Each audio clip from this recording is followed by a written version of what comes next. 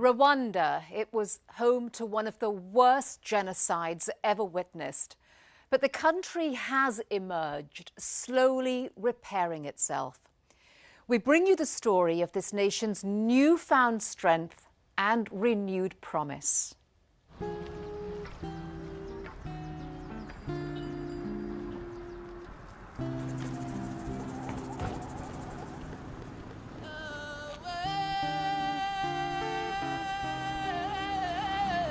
It's early morning in Rwanda, and the bridge over the Nyanza River near the capital city of Kigali is slowly waking up to a day of commerce. During the 1994 Rwandan genocide, this same river was the site of untold horror. This is where Hutu militias dumped many of the bodies of the people they killed. In a reign of terror lasting some 100 days, an estimated 800,000 minority Tutsis and moderate Hutus were slaughtered at the hands of Hutu militias. Now, nearly 2 decades later, Rwanda is still burying the dead. A nation still grieving, still searching for closure.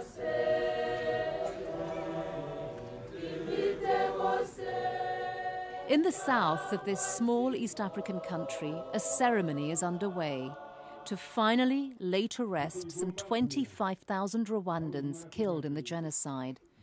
Only 5 have been identified. The rest remain anonymous.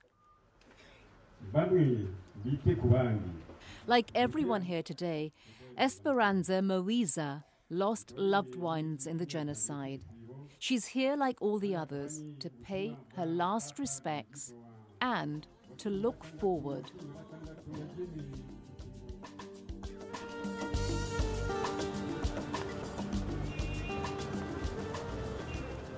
In the years following the genocide, Rwanda refocused, determined to ensure a different future for the country. It's emerged as one of Africa's fastest growing economies. Poverty rates have dropped more than 10% in the past 5 years, and more than 90% of all children are now enrolled in primary school. But Rwanda committed itself to transforming more than just its economy.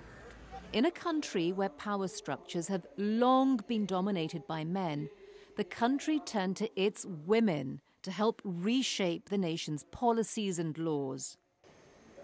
Rwanda now has the highest percent of women in parliament anywhere in the world.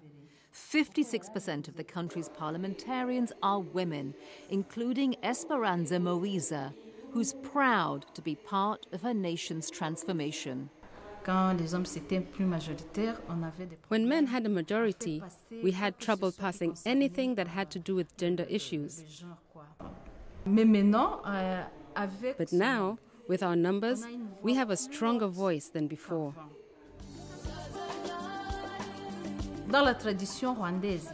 According to Rwandan tradition, women didn't have an important role in politics. Women had to stay at home, they had to raise their children. But now, everyone sees that women and men are on an equal footing in the workplace. Whether working in an office or in politics, women and men complement each other now. Our daughters who are already in grade school and secondary school also want to enter parliament.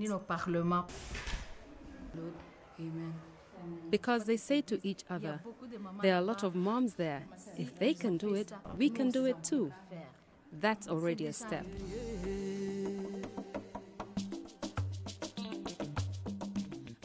Le Rwanda fait les choix. Rwanda makes choices that can only lead to stability. They can only lead to building peace. Aurelian Agbononsi is the former head of the United Nations in Rwanda. Why? Because of implementing good governance principles, empowering women, giving them a sense of responsibility, and making them true partners in development projects. It's because of creating opportunities for young people by fostering growth in the private sector and promoting, above all, a culture of accountability. And perhaps there's no more clear example of the nation's transformation than what happens every last Saturday of the month in every village. Rwandans call this umuganda, or working together. In umuganda, everyone is expected to participate in community work for the benefit of the entire nation. On this particular Saturday, parliamentarian Moiza joins her community to clear grass for a new footpath.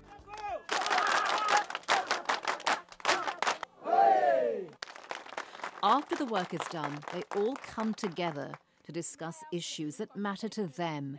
Issues like encouraging the women of Rwanda to keep fighting for change. We have to be looking out, to be there for the family, and in particular for women. That means that all of you women leaders, all these men support you. The country as a whole supports you. Rwanda supports you.